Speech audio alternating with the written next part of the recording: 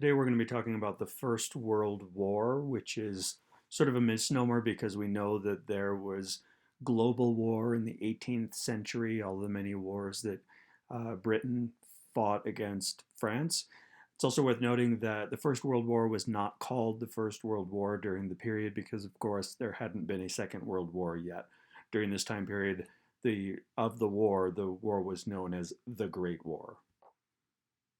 We actually have to roll the clock back to the 19th century and look at German unification and all of the impacts that that event had on Europe. By the end of the 19th century, because of industrialization and because of just the overall culture in Germany, it had become the dominant power in Europe. And that scared the heck out of the other major powers in Europe during that time, specifically France and Russia. I should say the continent of Europe, not including Britain. Chancellor Bismarck, the leader of Germany into this period, he was working very, very hard to make sure that power was balanced in Europe. He was a big supporter of that outgrowth of the Napoleonic Wars, which was the concert of Europe, where we're looking to have all five of the major, the great powers of Europe have their power balance. And Bismarck was very concerned about that. During the same time, we also know that nationalism was a big factor. Of course, it was a big factor in the unification of Germany and Italy, but it was a destabilizing factor in places like the Ottoman Empire and Austria-Hungary.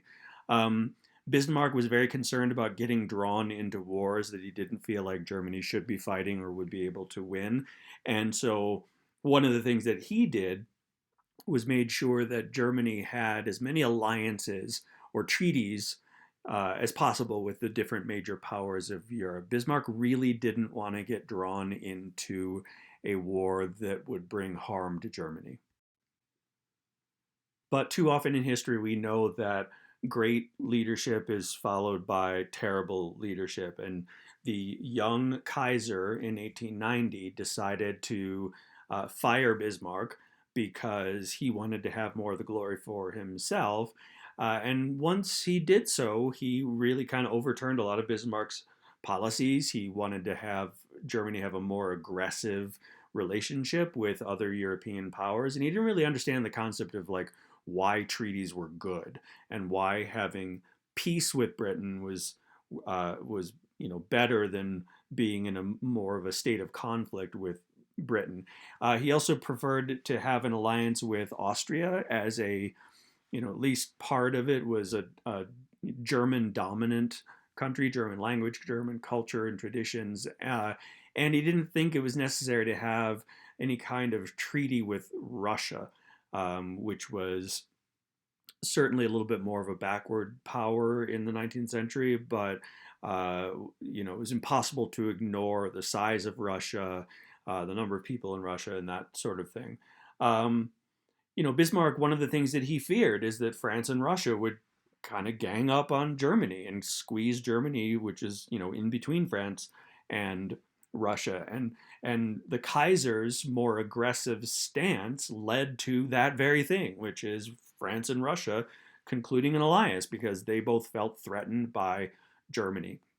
Later on, the Kaiser also tries to mess around with some of the British and French colonies in Africa, but nothing much came of that.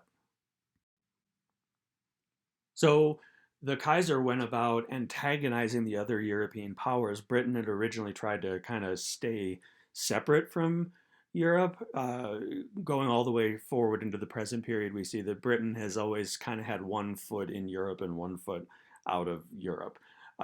They had a huge empire. They didn't really feel like they needed to get involved into the geopolitics of the European continent. However, they were a little alarmed by Germany because of their economy, because it was the most industrialized region in the continent of Europe, and they could potentially be a threat to Britain. And then, of course, then the Kaiser starts antagonizing the British. He's messing around with their colonies in East Africa a little bit, supporting the Afrikaners down in South Africa during the Boer War. And then in 1900, he starts building a massive number of battleships. He decided he was going to try to challenge the Royal Navy on the high seas. And so all of those things really pushed Britain into an alliance with France and eventually Russia as well. Also had a treaty with Japan during this period of time. And so the joint agreement between Britain, France, and Russia is called the Triple Entente. And you see this hostility growing between the Triple Entente and Germany in the very late 19th and early 20th centuries. So as this hostility continued to grow between the Entente countries of Russia and France and Britain, everyone started building up their military. The whole model that had lasted throughout most of the 19th century, that so-called concert of Europe, it certainly didn't stop wars. There were lots of individual wars between individual powers, but there was never a giant conflagration that consumed all of Europe. But we started to build towards that. All of the European countries are building up their militaries. Britain and Germany are kind of in an arms race on building battleships. Most countries implemented a draft. By 1905, Germany had worked out a huge plan for how to fight a war against France and Russia at the same time. You also have major corporations that are convincing governments to buy more weapons. It is a truism throughout history that war is good for business. And then you have a propaganda movement that's based in nationalism and is implemented through public education to prepare the citizens of all of the different countries of Europe for a conflict which is inevitable. This chart just shows battleship production from 1905 through just about the end of the First World War. And so you can see starting around 1908, 1909, somewhere in that range, several countries start to expand their navies. Unsurprisingly, the British is outpacing everyone because during this period they have the largest navy on earth. But you can see that Germany is catching up. They're playing that game right up into the beginning of the First World War when production kind of tapers off there. And then you also see that the United States was in the game as well, and then all of the smaller countries have significantly fewer battleships. Battleships are the most important naval vessel during this period of time. One of the major proximate causes of the First World War is everything that was happening in the Balkans during this period. If we go back into the 1600s, we know that virtually this entire area was controlled by the Ottoman Empire, but the Ottomans had been shrinking their influence in Europe. They still held a fair amount of land in Southwest Asia, but slowly but surely, through imperial movements by Austria and by nationalist movements amongst all of the groups of people that lived in the Balkans, the Ottomans saw their land contract rather significantly.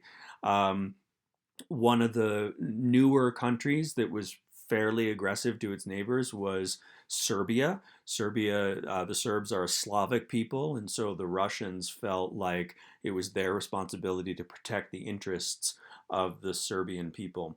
The instability carried over into the Ottoman Empire itself, and in 1908, the Sultan was overthrown, and even though a new Sultan was put into place, the Sultan no longer held any real political power. That you had a small group of younger military officers known as the Young Turks that took control of the Ottoman Empire, and they had a much more aggressive view, and they were very interested in pushing back in the Balkans and regaining some of their land. Unfortunately for the Ottomans, they had a pretty backwards military, and you had two wars shortly before the beginning of the First World War where various groups of smaller countries ganged up on the Ottoman Empire. So the first one, you have Serbia and Montenegro and Bulgaria and Greece team up, and they grab a chunk of Ottoman territory in the Balkans. And then a year later, the Balkan League actually turns on another small nation in the Balkans, which is Bulgaria, and stole some land from Bulgaria. The event that triggered the First World War, though, took place in Bosnia, which is an independent country now, but was a region under the control of Austria. But there are a lot of Serbs, a lot of Serbian people that lived in Bosnia, and so you had Serbian nationalists who were looking to add territory to this small, relatively newly independent country of Serbia. And so on June 28th, 1914, the heir to the Austrian throne, the Archduke Franz Ferdinand, was in Sarajevo, which is the capital of Bosnia, just kind of doing an imperial tour when he's assassinated by Serbian nationalists. Needless to say, the Austrian Empire was a little ticked off about that, and they presented a very long list of demands to Serbia that would essentially have made Serbia a part of the Austrian Empire again. They would have essentially been forfeiting their independence. And so Serbia rejected that. Now, if you recall, Serbia has a treaty with Russia. And this is where the dominoes start to fall because if Austria declares war on Serbia, then Russia has a responsibility to step in and defend Serbia by going to war with Austria. Austria has a treaty with Germany, which would require Germany to become involved in any war that Austria gets into. Russia had a treaty with France. You see how this goes. So, as soon as Austria decides that they're going to declare war on Serbia, the dominoes are falling, and there's not really any way to keep it from happening. Now, Germany's assumption was that Britain would stay out of it, which was kind of a stupid assumption. Most of the major powers in Europe had pretty large armies, but they're slow moving. It takes a while to raise the army and put them into the field and equip them and all of that kind of stuff. And so, the war really gets going when mobilization happens. As soon as Austria declares war on Serbia, if Russia's going to get into the war, Russia has to mobilize. And once the mobilization process has begun, it's very difficult to stop it. So as soon as Russia begins to mobilize, then Germany has to begin to mobilize as well. And once Germany is mobilizing, they're going to be mobilizing in both directions, towards Russia and towards France, which obviously is going to be very threatening to the French. So you have all of these really complicated timetables for the trains. It's a very complicated operation. And again, once it's started, it's very difficult to stop. On June 28th, no one really thought that the assassination of the Archduke would lead to a massive 4-year long war in which tens of millions of people died. Nobody really saw it coming. And yet, July 30th, the Tsar of Russia starts his mobilization. Once Russia starts mobilizing, then Germany does. Then Austria and Russia are mobilizing against one another, which then leads Germany to declare war on Russia. Germany wants to have access to Belgium. Belgium's an independent country. It's very small. They basically told Belgium, hey, we want to be able to march through your country to attack France. And that's what kind of brought Britain in, because Britain was there to protect the neutrality of Belgium.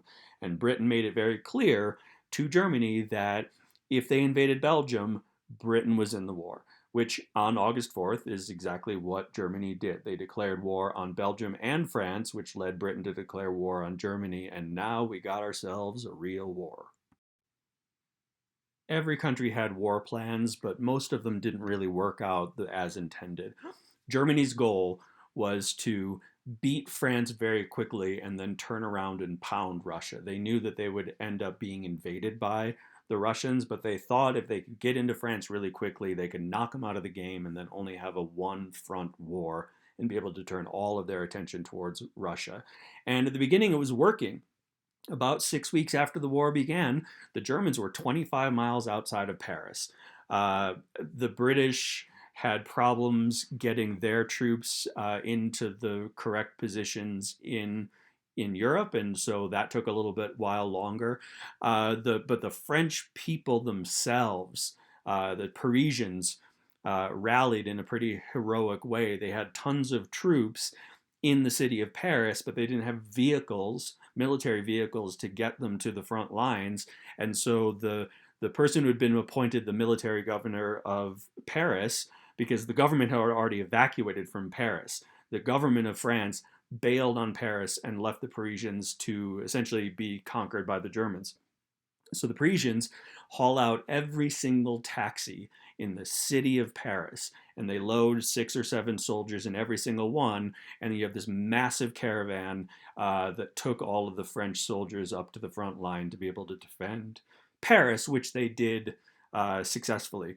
But that stalemate ended up with the development of what's called trench warfare, where the different militaries uh, built massive trenches all along the front line, and the front lines really moved very little throughout the war. Really, you had 1.6 million casualties in the first 3 months of the war in the fall of 1914. Now, casualties doesn't mean deaths; it's a combination of deaths and people who have been wounded. On the Eastern Front, we call the Eastern Front, the side where Germany and Austria were fighting Russia. The Russians, kind of as expected, pushed deep into Germany. Uh, the Germans made a strategic decision to let the Russians overrun sort of the eastern 20% of Germany, give or take. Uh, they were able to, the Germans diverted some of the troops from France to be able to give the Russians a beatdown. So the Russians had the biggest army in Europe by far. But their soldiers, many of them didn't have guns. Many of them didn't have shoes or coats or things like that. So you can say that you have an army of a couple million men, but if they don't have guns, then I'm not sure how much of an army you really got there. And so the Germans, with a much smaller force, hit the Russians hard. And the Russians have 250,000 casualties. And not only did the Germans drive the Russians out of the eastern portions of Germany, but then they drove very deeply into Russia. Russia did not have the infrastructure to be able to fight a war on this scale. They had 2 million casualties. Again, casualties is deaths and wounded, but they also managed to destroy about a third of Russia's total industrial output in a matter of months. So the Russians were beaten fairly decisively by Germany in the early parts of the war, although Russia did have a little bit more success against Austria, which had similar struggles to what Russia had. In addition to the major powers that we've already described, eventually you have other powers that joined the two sides in the conflict. So joining the Triple Entente, right? So that's Britain and France and Russia. You have Japan, then Italy in 1915, then Romania and Greece, and finally in 1917 the United States is in the war as well, and we'll see that in a little bit. And then also you had powers join what Germany and Austria, they called themselves the Central Powers. First, you have the Ottoman Empire foolishly decided to get involved in that war, and then equally foolishly, we see Bulgaria do the same in 1915. The most significant battle that involved the Ottoman Empire was the Battle of Gallipoli. The British had an idea that if they could invade the Ottoman Empire and take over the Turkish Straits and capture Constantinople, that there would be no way for the Ottomans to block the Russians from gaining access to the Mediterranean and eventually the Atlantic Ocean as well. Uh, and the British endeavor was kind of thought up by a young British politician named Winston Churchill, who we'll hear from a lot more when we get to the Second World War. The troops that were used in the Battle of Gallipoli on the British side actually weren't British. They used what were referred to as the Anzac troops. Anzac stands for Australia New Zealand Army Corps. And so they diverted all of these soldiers from Australia and New Zealand, which were, of course, a part of the British Empire, part of the Commonwealth. And those were the forces that fought. It was a defeat for the Allies. It was a rather significant defeat. It meant that the Turkish Straits would remain closed to the Russians, which becomes a bigger and bigger problem for the Russians as the war goes on. The other side, the Turkish side, the military officer that was dispatched to try to fight off the Anzac forces was a young military officer named Mustafa Kemal, and we will see him again here in a little bit in a different role. Given that it's called World War One, we have to look at the other parts of the world where the battle was fought, and one of the biggest areas outside of Europe was Southwest Asia, the Middle East. The British encouraged the Arab peoples to rise up against the Ottomans. The Arabs were based in Saudi Arabia. I mean, there were Arabian peoples in Syria and Iraq and places like that. But they are ethnically different from Turks. And the Arabs saw the Turks as an occupying power, as an imperialist power. And so the British figured, oh, okay, we'll get the Arabs to join us and try to defeat the Ottoman Empire from within. And so the British got support from a tribal leader from the Arabian Peninsula named Ibn Saud. And we'll see his family as we progress through history from this point forward. The British told the Arabian peoples that they would make sure that they got their independence after the war. Of course, the Brits are not known for voluntarily giving independence to their subject peoples, at least during this period of time. There's a famous movie called Lawrence of Arabia, which is about this guy named T.E. Lawrence, who worked with Arab leaders to capture a couple of the biggest cities in the Middle East, Damascus, which is now the capital of Syria, and Jerusalem, which is a major city within the boundaries of Israel, is I think how I'll put it. The British government, reaching out to the Jewish people who lived in Palestine, issued something called the Balfour Declaration, which was an official statement from an occupying power, Britain, that they would support establishing a Jewish homeland in Palestine. And in 1917, that was not the most significant thing going on, but we'll see when we get to the middle part of the 20th century how important that was. The British and the French were looking at the Middle East, and they were anticipating the defeat of the Ottoman Empire, and so they started working out how they were going to divide up the Middle East. Of course, they felt it was upon their shoulders as imperial powers to rule subject peoples all over the world. So they drew lines on the map of the Middle East, and they divided the Middle East into spheres of influence, a British sphere of influence and a French sphere of influence. And those random lines that these two guys, one guy named Sykes from Britain and one guy named Picot from France, they are still with us today. They form the quite artificial boundaries between different countries in the Middle East. And just like we see in Africa during the colonial period, those boundaries have nothing to do with where different subject peoples live. And they drew those lines to satisfy their imperial interests rather than the interests of the people who were being ruled. And so Lebanon and Palestine get broken away from the traditional province of Syria, and Lebanon and Syria are taken by France, and Palestine and what becomes Transjordan or Jordan and Iraq fall under the influence of the British. One spectacular mistake that they made was Iraq. Iraq's an artificial country. Iraq only exists because of this agreement. And the mistake of Iraq is that you have three groups of people who hate each other that are all in one country. You have the Sunni Muslims, you have the Shiite Muslims, and then you have the Kurds, and the Kurds are Sunni Islam, but they're not Arabs, and so all of these groups are in conflict with one another. And if you look at everything that has happened in Iraq in the last 30 years, it's all because of that. It's because of the hatred that exists between the Shiite Arabs, the Sunni Arabs, and the Kurds.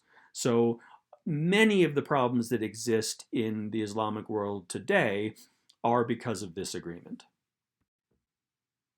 Turning back to Europe, we'll take a look at the Western Front. So the Western Front shifted ever so slightly over a 4-year period.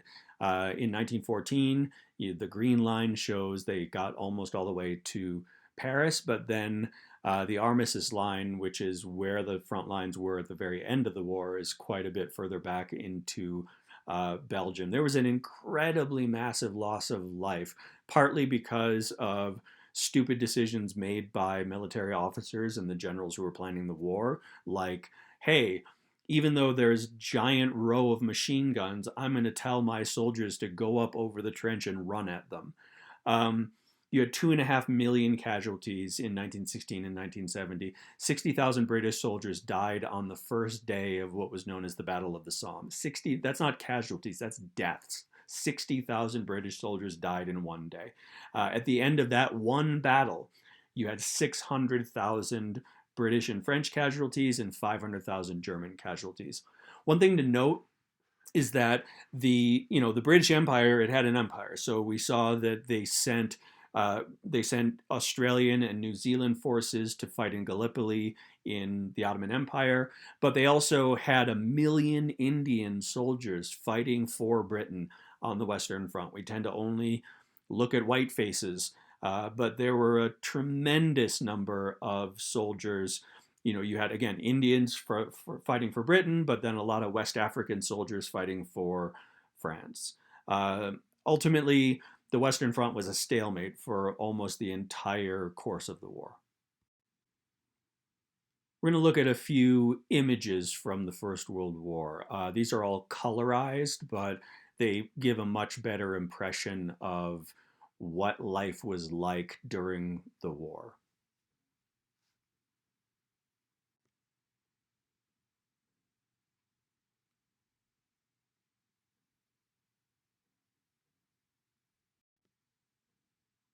Here you can see some of the West African soldiers who were fighting for France. And here are some of the Indian soldiers that were fighting on Britain's behalf. And here we have some German soldiers towards the end of the war.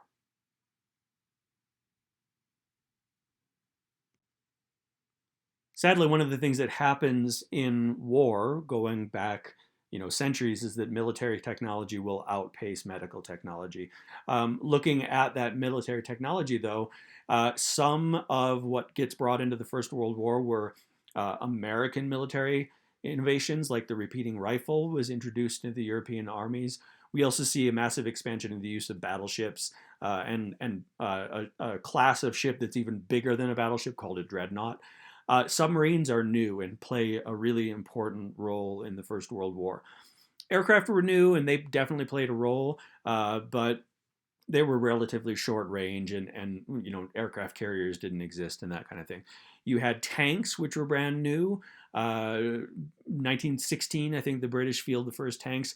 They're slow, they break down a lot, they don't have a tremendous amount of firepower, but they are the shape of things to come. You had massive, massive artillery that could fire shells 75 miles. They were so big they had to be moved on rail lines. They were too big to be on wheeled vehicles. And then, of course, probably the most horrific new military technology from the First World War was the use of poison gas.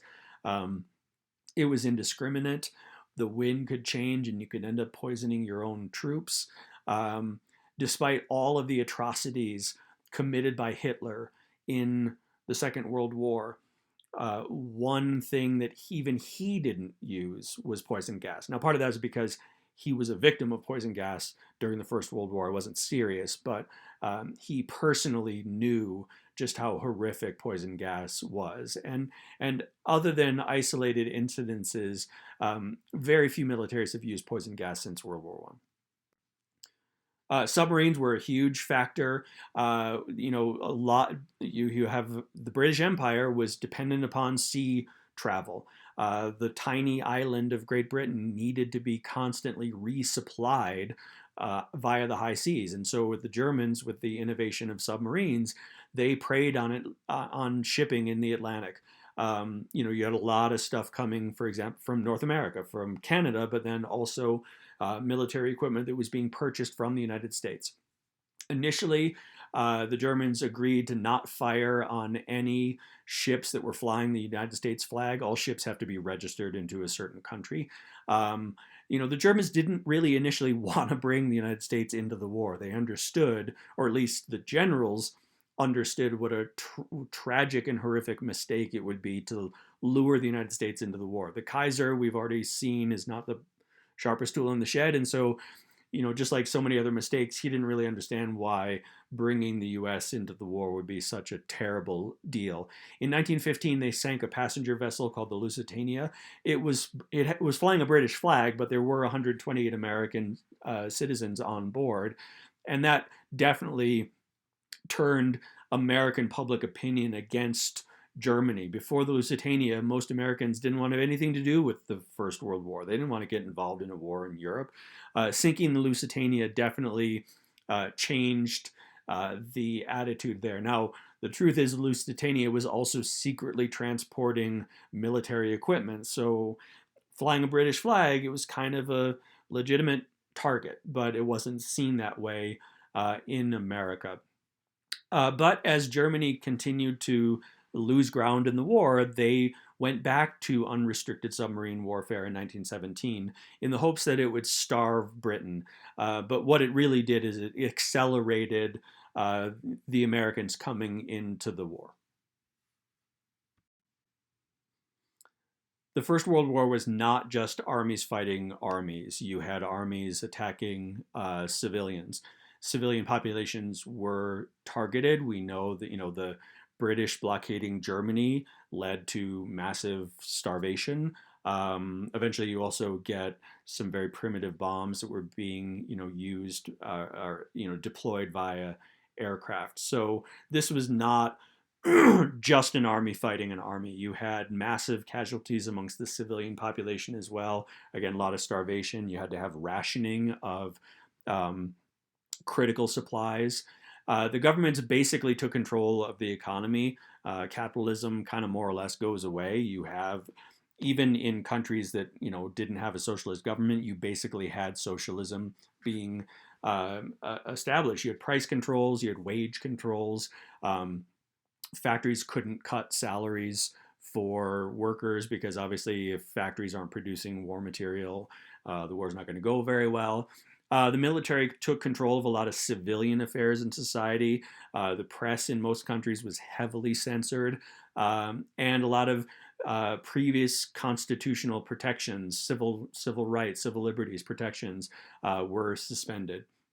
One thing that also happened is that the class distinctions broke down between the aristocracy and the commoners because, the aristocrats were the people who went into the officer corps. So if you look at the German army or the British army during this period, the officers all come from the aristocracy, the soldiers all come from the working classes. But an aristocratic officer was just as likely to have his leg blown off as a commoner. And so, because the experiences were so similar, and of course, rationing was also for everybody. The aristocracy didn't get extra food supplies, at least legally, and so suddenly these two sides of society are kind of looking each other eye to eye for the first time ever. One of the most horrific attacks on a civilian population was the Armenian genocide. The Young Turks were a fascistic movement. We didn't have the term fascism at this point. That comes, a few years later. But all of those sorts of regimes need someone to scapegoat. So just like we see in the Second World War or the lead up to the Second World War, uh, you know, Hitler blamed the Jews for everything. Well, the Young Turks blamed the Armenians for everything. The Armenians are a Christian people from what is now eastern Turkey, and there's actually an independent Armenian country now, but there wasn't during this period. Um, the Turks saw the Armenians as a potential uh, source of anti-Ottoman resistance within their empire, and so they forced all of the Armenian people out of Western Turkey and out of Istanbul. And they forced them to walk all the way across Anatolia, which is very hot and very dry. And they didn't give them food. And so you have over 1 million people who died of starvation and thirst and disease um, over the course of this period in the late teens. It's happening during the First World War, but it's not um, a direct factor. It's more of the paranoia of the Young Turks that led this event to happen. It created a diaspora, meaning that the Armenian people left Turkey and spread all over the world. There are significant populations of Armenians in the United States, and many of them came to America in the late teens, a little over 100 years ago, because of the Armenian genocide. Even using the word genocide is controversial. Turkey does not consider it to be a genocide. They're not at a point as a society where they're willing to look back at their past and recognize those mistakes the way that the German people were able to do after the Second World War. So even using that term genocide is a source of conflict between Turkey and Western countries, and certainly it's a conflict for the Armenian people themselves. Americans did not want to go to war. Uh, President Woodrow Wilson, when he ran for re-election in 1916, ran on the pledge to not get America into the war. Nevertheless, events happened that made that inevitable. One of those was when Germany decided to restart unrestricted submarine warfare that would have ended up or did end up sinking a lot of American ships. The American military industrialists, war profiteers, they were very interested in America getting into the war because they knew they were going to make tons of money. It was the Zimmerman telegram that really was the last straw for America. That was where the German foreign secretary was maybe trying to get Mexico to start a war with the United States, because that would have then tied up the American military.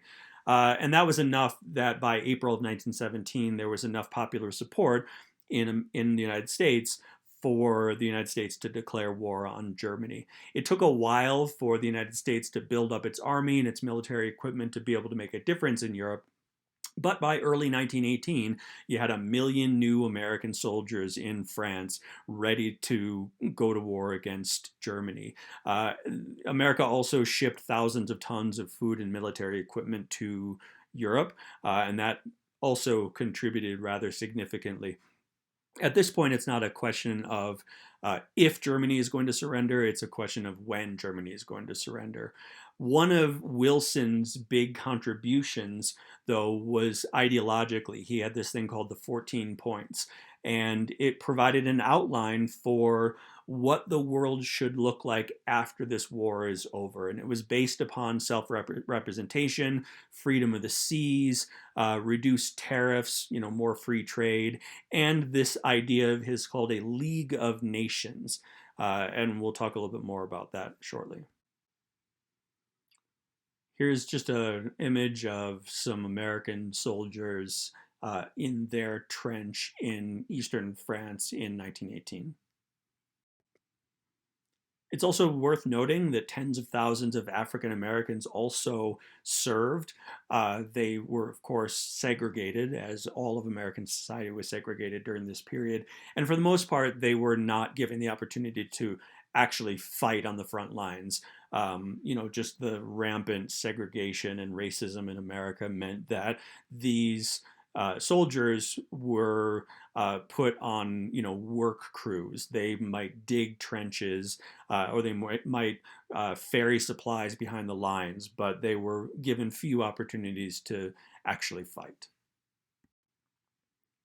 A lot of time when we look at history, we tend to think of World War One as the prequel to World War Two, and it's really actually the opposite.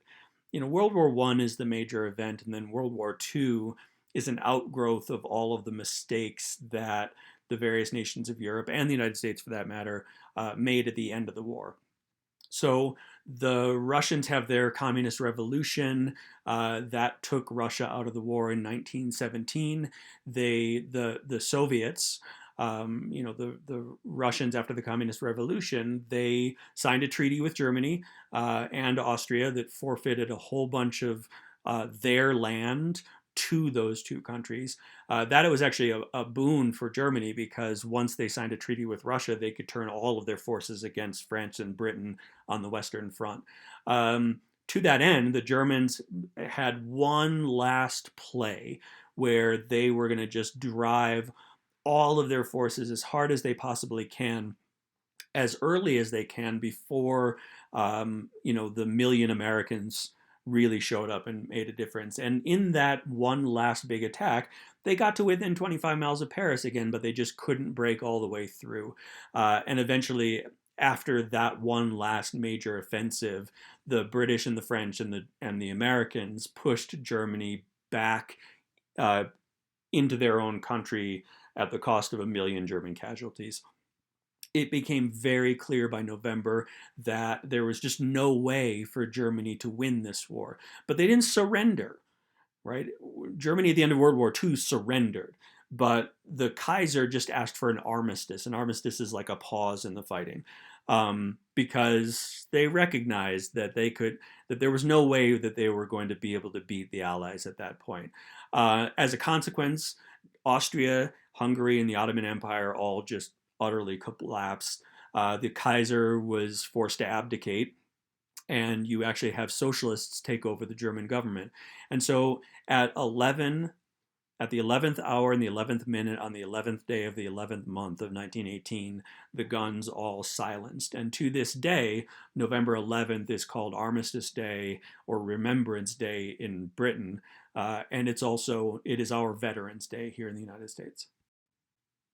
So after the armistice, a whole bunch of countries attended the Paris Peace Conference, right? That was the conference where they were going to work out all of the consequences for the defeated countries and all of the things that the winning countries were going to uh, gain. And so the 27 victorious nations all attended. The vanquished countries were not invited till the very end of the conference, and they were only there to sign the peace treaty that was forced upon them. Now, everybody at the conference accepted Wilson's 14 points as the basis for the peace. So, more free trade, fewer tariffs, freedom of the seas, self-determination. Of course, self-determination was really only for white European peoples, not for the hundreds of millions of people that lived in all of the colonies of Britain and France and so forth. Even though you had 27 countries, though, the conference was dominated by the so-called Big Three, and that was Woodrow Wilson of the United States, David Lloyd George, the Prime Minister of the United Kingdom, and Clemenceau, who was the president of France. And so they're the real deal makers. Everybody else was just kind of baggage. The Russians, the Soviets were not invited to the conference because they were communists, and everybody in Europe was afraid of communists. Even though the Japanese did play a role in the First World War, uh, attacking German colonies in East Asia, they were treated very dismissively. So even though in 1905 they beat the Russians in a war, you still just have this massive racism, social Darwinism, that kind of thing. And so the Japanese were treated in a very disrespectful way. And of course, that comes back to haunt the European powers in the 1930s. You also have the future leader of Vietnam present. And he was educated in France, and he pushed back on this idea that there would be no self-determination for non-Europeans. Now, of course, he was treated just as dismissively as the Japanese were. The culmination of the Paris Peace Conference was the Treaty of Versailles. It was signed at the Palace of Versailles. And so the main question that is answered in the Treaty of Versailles is, what are we going to do with Germany? Public opinion in Britain and France demanded very harsh terms from Germany. Even though it's fair to say that Britain and France and Russia and Austria were just as much to blame for the First World War as Germany was, but because of the death toll in Britain and France, they wanted blood. France wanted to actually create a buffer state in Western Germany. They wanted to create a completely separate country that would protect France from Germany. They didn't get that, but they got that whole area demilitarized and initially occupied by Allied forces. All of the profits from the German coal mines were supposed to go to the United Kingdom and France. They demanded $33 billion in reparations. That would be $500 billion in today's money. And this is, a beaten country with no industry left because of the war. Britain and France, they wanted blood. There's just no other way to describe it. Britain grabbed all of Germany's colonies in Africa. Japan grabbed their territories in China. The Allies demanded that the German army be capped at 100,000 people and to not have a navy basically at all, other than just, for their territorial waters.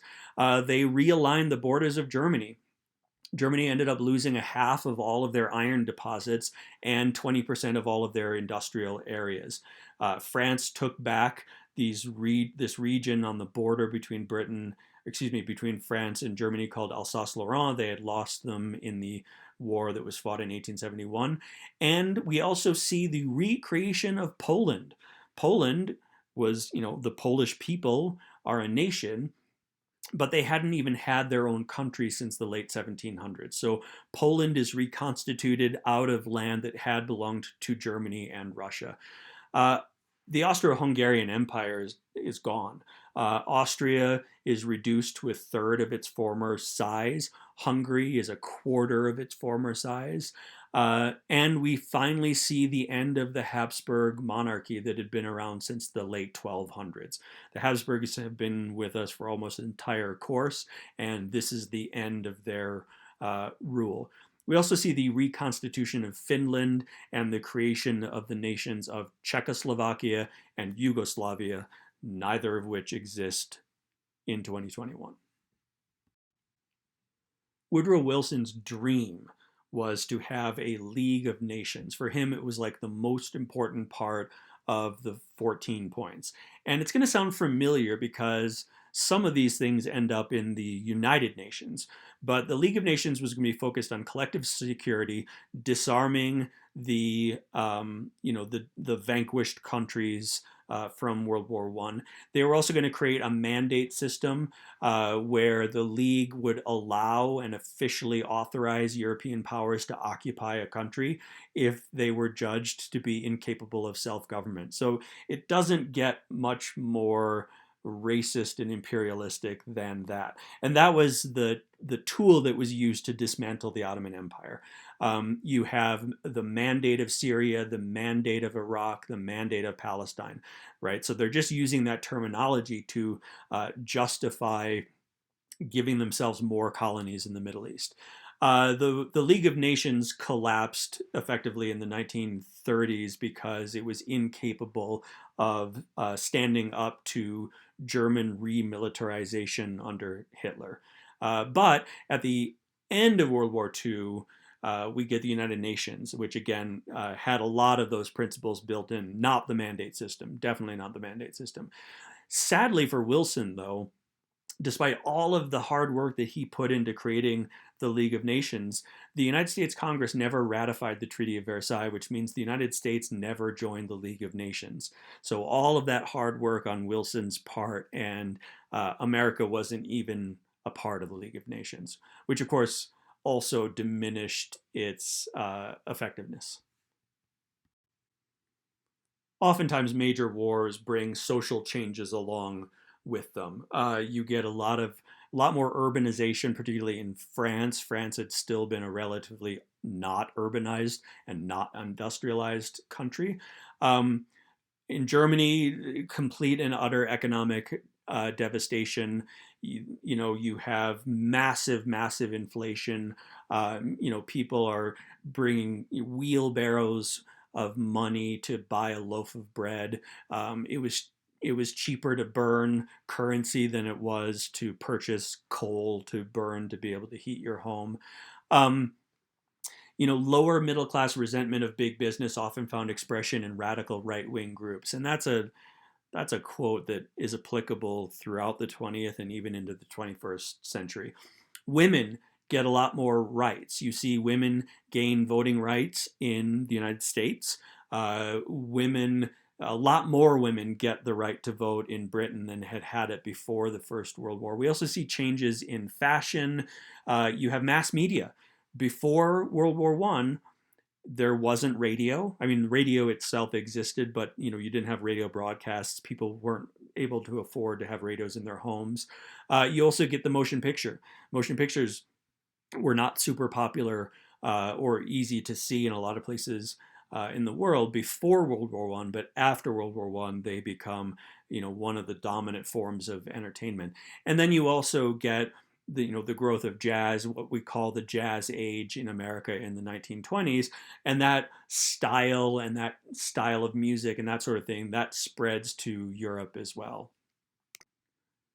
And then just looking at these two images side by side, you can see how much Western society changed. In 1914, on the left, that was typical Victorian women's fashion. And then you look 10 years later, and this is the so-called flapper culture that came out of the jazz age in the 1920s. But you just look at the fashion and you see how different it is. Women are wearing sleeveless garments. They're wearing knee-length skirts. And to us, that doesn't maybe seem like such a radical thing, but during this period of time, that was an outrageous level of change in an incredibly short period of time.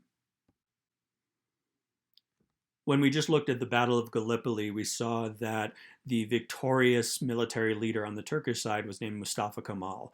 Um, After the war, Mustafa Kemal seized control of the government.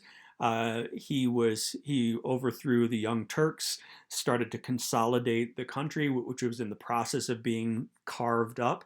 The Greeks had invaded Anatolia and had driven pretty far inland. And so Mustafa Kemal is the one that was able to rally the Turkish forces and drive the Greeks out of Anatolia.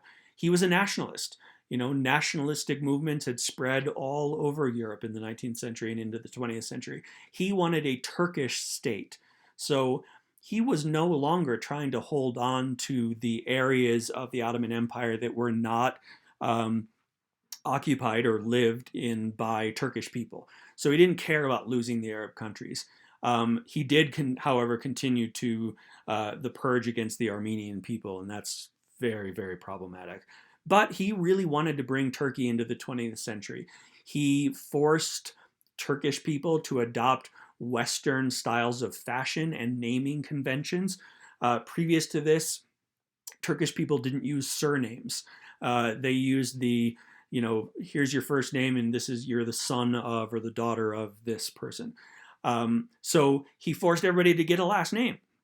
And you have a lot of Turkish last names that were more generic terms, like, someone decides to have their last name be Lightning Bolt. And so that's their surname now. So they didn't have those. He also forced Turkey to abandon the Arabic script that they used to write the Turkish language. They didn't speak Arabic, they spoke Turkish, but they used the Arabic script.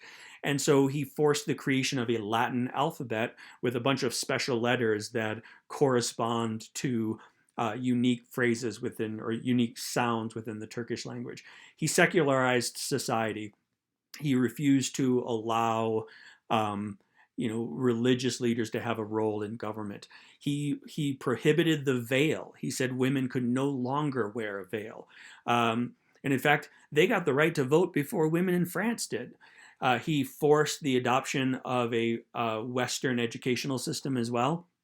And as he was requiring that Turkish people change their names, he took his own name. So he stopped being known as Mustafa Kemal, and his name was now Kemal Ataturk, and Ataturk means father of the Turks.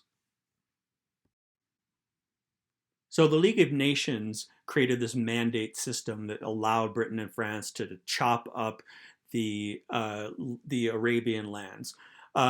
They allowed Ibn Saud to consolidate power in the Arabian Peninsula, leading him to name the country after himself, which is why we have a country called Saudi Arabia.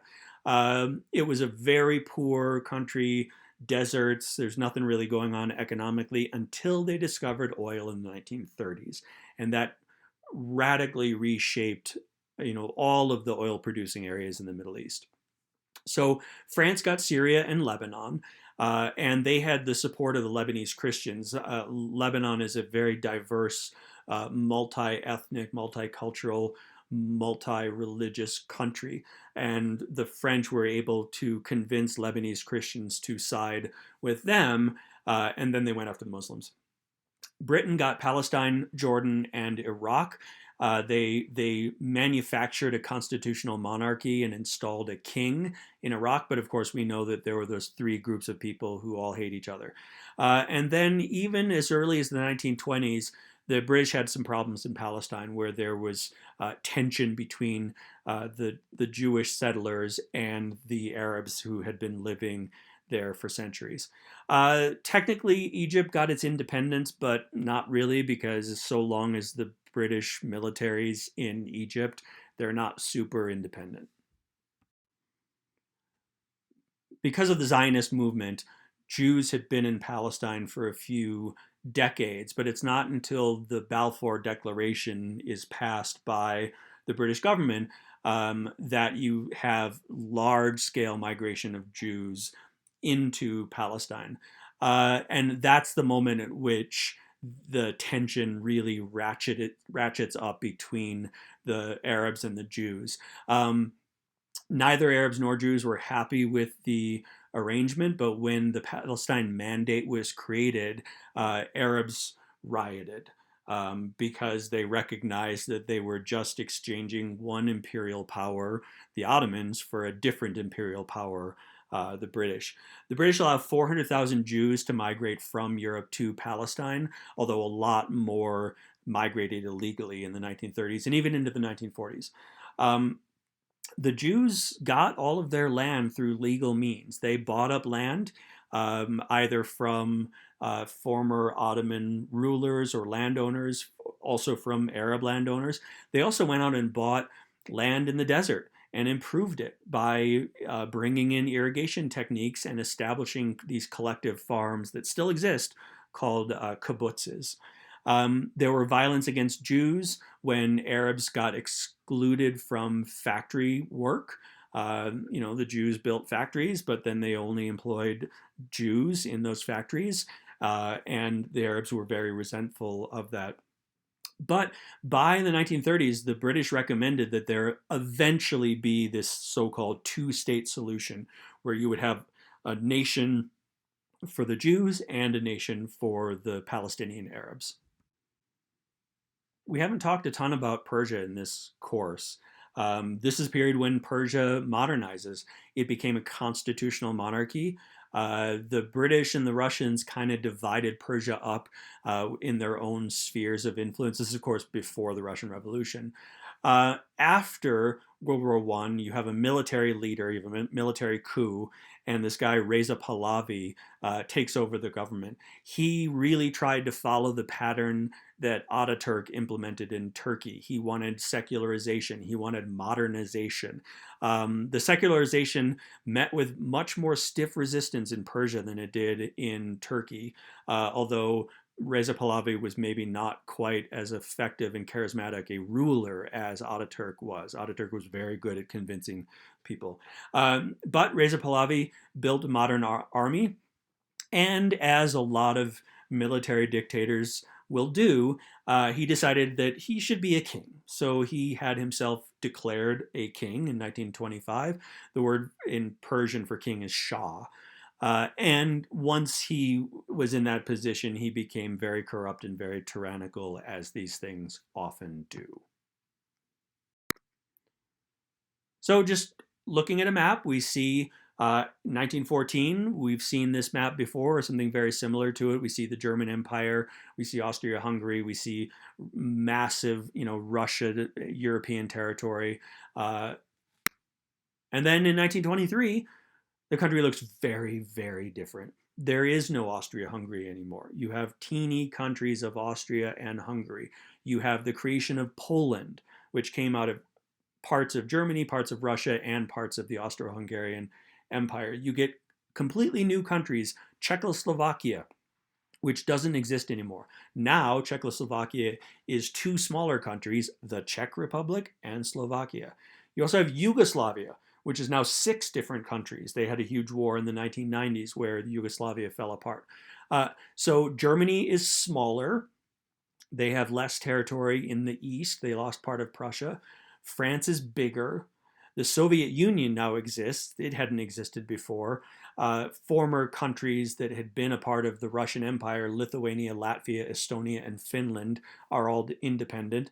And then down in Southwest Asia, we see that there's no Ottoman Empire anymore. We have the nation of Turkey, and then we have the mandates of Iraq and Syria and Lebanon and Palestine. Thank you for staying all the way to the end of this long presentation. Feel free to take a look at any of the other videos on my channel.